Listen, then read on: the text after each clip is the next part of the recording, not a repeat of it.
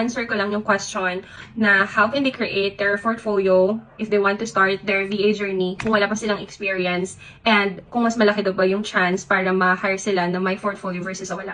So let's answer. Okay, so here are the services that you can offer to your client as a VA. So pipili ka lang po dito ng pwede mong ma-offer sa client mo depending on your skill set. So, kung alam mo na kung ano yung service na kaya mong ma-offer sa client mo, then look for resources. Ako, did a lot of self-study. Hindi ako nagbayad ng courses, but syempre, kung meron naman kayong extra money para mag-invest sa paid courses, why not, diba guys? Kasi yun, mas complete yung guide nila doon.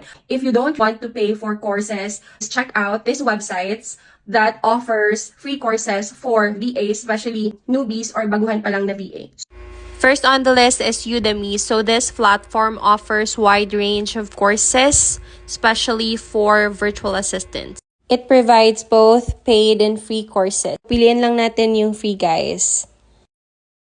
I would also like to recommend Alisan.com. It's also a free online learning platform that offers certificate and diploma courses, including freelancing. Certificates and diplomas may require payment. So let's check free courses and check for courses that will provide free certificates. These certificates will help your portfolio stand out from the rest.